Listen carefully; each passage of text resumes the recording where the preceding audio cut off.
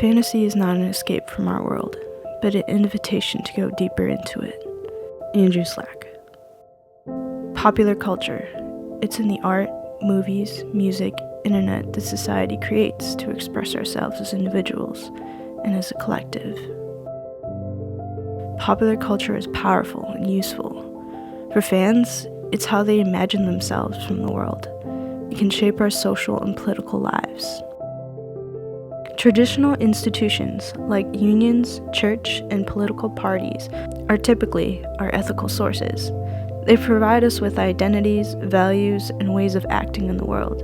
We used to be limited by geography, family ties, and tradition. We joined one of those churches in our hometown. We joined the union our father worked in. But now our choices are opening up.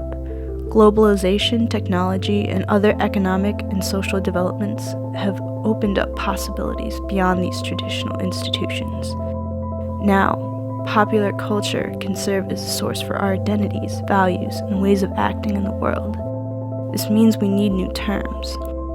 We live in a world where our relationships with characters in popular culture, both fictional and non-fictional, can be just as deep as our personal relationships. Ethical frameworks are moral principles, worldviews or frames of understanding based on an ethic that is theoretical and all-encompassing. We've all got both light and dark inside us. What matters is the part we choose to act on. That's who we really are. It is the quality of one's convictions that determines success, not the number of followers. Ethical modalities are everyday actions we take that enact that ethical framework. These are ways of meeting an ethical obligation. Groups of fans, like the Harry Potter Alliance, take on real-world issues and try to change them based on the lessons and the values they've learned from the books written by J.K. Rowling. In 2010, the Harry Potter Alliance launched Not in Harry's Name, an ambitious campaign to get Warner Brothers to commit to ethical cocoa sourcing for Harry Potter brand chocolate.